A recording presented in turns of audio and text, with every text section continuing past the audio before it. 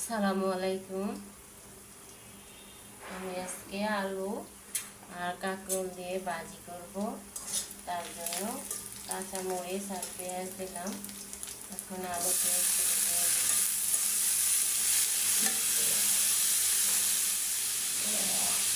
হলুদের গুঁড়া,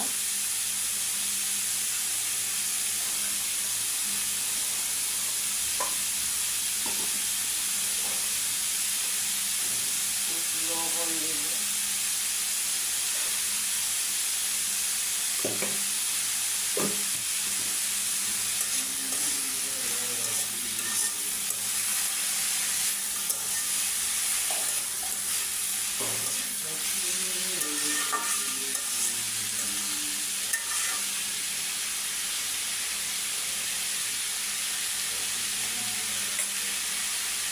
চুলা কমায় এখন ঢাকনা দিয়ে ঢেকে দেব।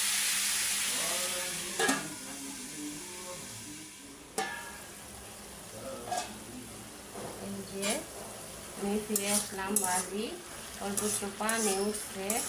আলু আর কাঁকরোলের সাথে ধুয়ে দিছি, তারপরে পানি আর দিয়ে একটু পানি উঠছে। এরকম করে আমি একটা কাঁকরোল দিছি, বাচ্চারা বেশি কাঁকরোল দিলে খাইতে চায় না, আলু বেশি করে দিলাম।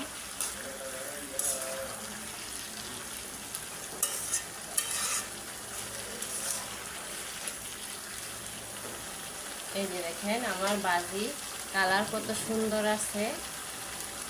পেঁয়াজ, কাঁচামরিচ, হলুদ, লবণ দিয়ে এরকম করে ভাজি স্বাস্থ্যের জন্য ভালো, খাইতে ভালো লাগে। আবার ঢাকনা দিয়ে ঢেকে দেব।